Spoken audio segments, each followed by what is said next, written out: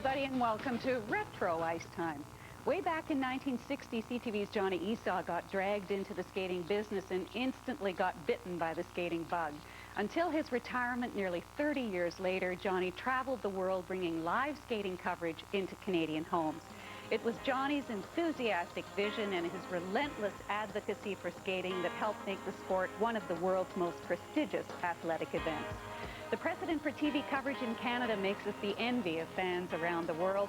Johnny, I know you still love skating, and today I know you're watching. Retro Ice Time is for you, to thank you for sensing the importance of all those wonderful hours of skating history. To all you fans out there, the 13 episodes of the series will cover competitions from Canadians, Skate Canada, and Worlds.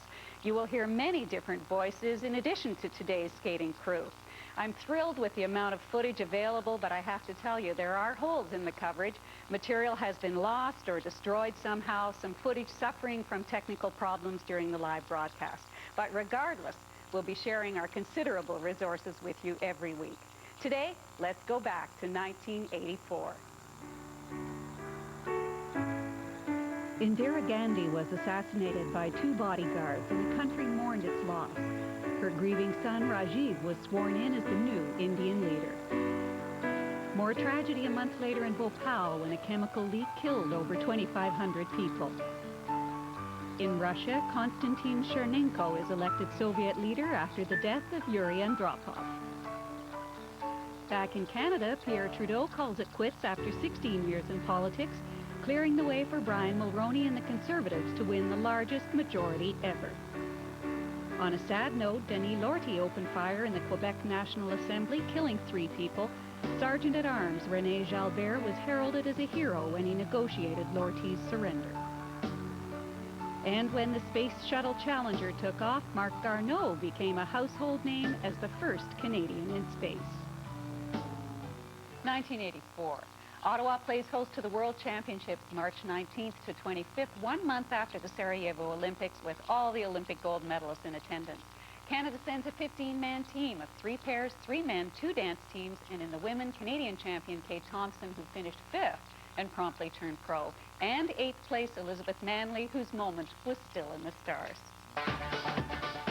1984 World Pair Champions Barbara Underhill and Paul Martini have put just a few miles on their skates since that night 15 years ago. Welcome to Retro Ice Time. Pleasure to be here. It's a pleasure to have you, Barb. You have a whole other trip coming up quite shortly. Now, do you remember that night? It was magical 15 years ago, Ottawa. Do you remember what it was like? Oh, every second. Well, you know what? We have a little clip of an interview that was done with you immediately following your skate. Have a little look. Johnny Esau, Brian Pokar, and Otto Jelinek. You feel as being called the champions of the world. I don't think it's sunk in yet. It was such a neat feeling to see that flag actually go up in the air and hear that anthem. And it was a feeling that I don't think either of us have ever experienced.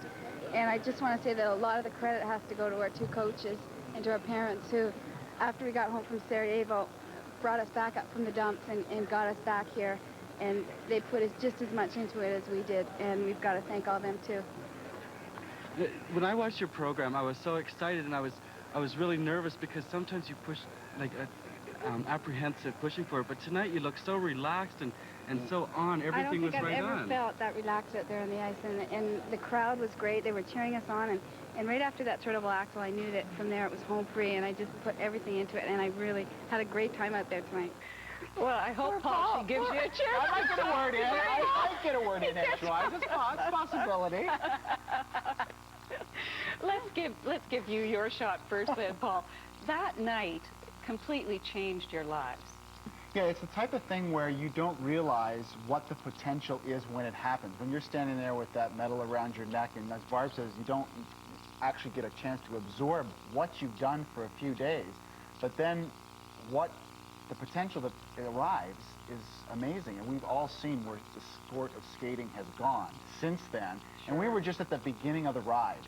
And we're fortunate enough to have our careers span so much of the change that we've all experienced since then. And Barb, I know it's fairly common knowledge, the really tough time you had that year. Coming out of Olympics, you were so disappointed. How did you really turn it around? I know there are stories you want to tell. Well, I mean, there were a number of things that had to happen. First of all, we had to get on the same page again because it was a lot like mourning. You know, we had put so much into this, and years and years and years all led to this one moment in Sarajevo, and it came crashing down around us, and we had to pick up the pieces very quickly, and there wasn't a lot of time, only like a matter of weeks, and we were both just on different planets. And how did you get back together again?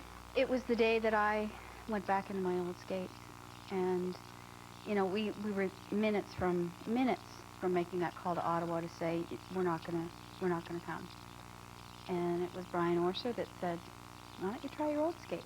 And I did, and then suddenly something magical, truly magical happened, and I knew within 5 minutes of skating that was the problem, and I was just free again. Do you remember that moment, Paul? Very vividly. It was a situation where once Barb got on there, it was like someone went over and just hit the switch, and she wouldn't come off the ice, which was much different than where we had been, because it was like we couldn't get on the ice because nothing was going well. Very frustrating in terms of not being able to skate the way I think we both knew we were capable of skating. And so when that wasn't happening, it was very frustrating to just even put skates on and get out onto the rink. From a viewer's standpoint, I used to look at you, and always when your hands connected, it was like you were magnets attached, and that was missing. No, right, we were prior totally to unconnected. But the minute the skates worked, it was like we put everything behind us, and we knew we had only a week. Time was short, and I don't know if it was that day or the next day. Well, that day I kind of skated by myself the whole day, and just like I couldn't believe it. And then the next day, when we got on the ice, everything just happened, just instantly for us. And now, we haven't got a lot of time left, but in the years since then, I think your career got even better and bigger. You became role models for pair skaters around the world. I think you improved for years after that. Well, I'm quite convinced that the best part of our career was post what you saw on that screen. Yes. I think we were one of the few skaters who, yes, was successful as amateurs, but then capitalized on all of the opportunities that came along since then in terms of professional competitions, the amount of exposure you got, the different types of shows that you could become involved in, and they all enabled us to, I think, move to an entirely different level.